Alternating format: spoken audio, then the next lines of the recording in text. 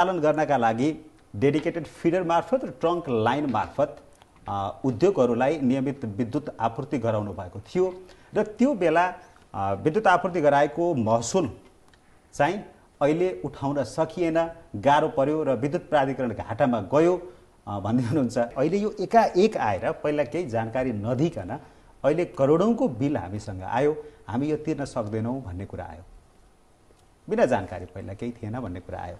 यसको खास कुरा चाहिँ के हो? लास्ट इयर म आउनासाथ जुन टेरिफ कमिसनमा एउटा चाहिँ 15% को चाहिँ टेरिफ बढाउने भनेर गएको थियो, त्यो बेला यहाँहरूले चाहिँ जुन गएर चाहिँ रोक्नुभयो, वास्तवमा उहाँहरूले नै रोक्नु भएको हो, सकिसकेको कुरा रोक्नु भएको हो। त्यो नरोक्यो भए यो विषय नै आउँदैन थियो, त्यसमा समेट्या थियो सबै हटाउने, किनभने आइसकेपछि लोड सेडिङ अन्त्य भएको अवस्था पनि थियो। उहाँहरूलाई उद्योगी साथीहरू गएर रोक्नु भएको म त्यही बेला है त्यो आइसकेको थियो, त्यो आएको भए यो त्यसमा चाहिँ सबै कुरा समाधान भइसकेको